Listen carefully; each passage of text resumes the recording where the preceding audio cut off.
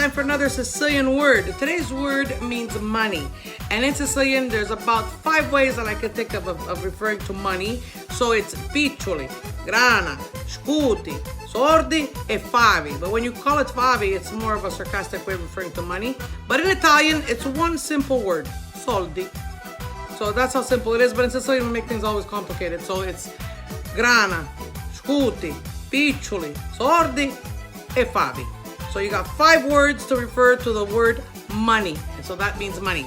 So if you have enjoyed my videos and you would like to continue enjoying my videos, please subscribe to my YouTube channel, Big Mama Siciliana, learn Sicilian one word at a time.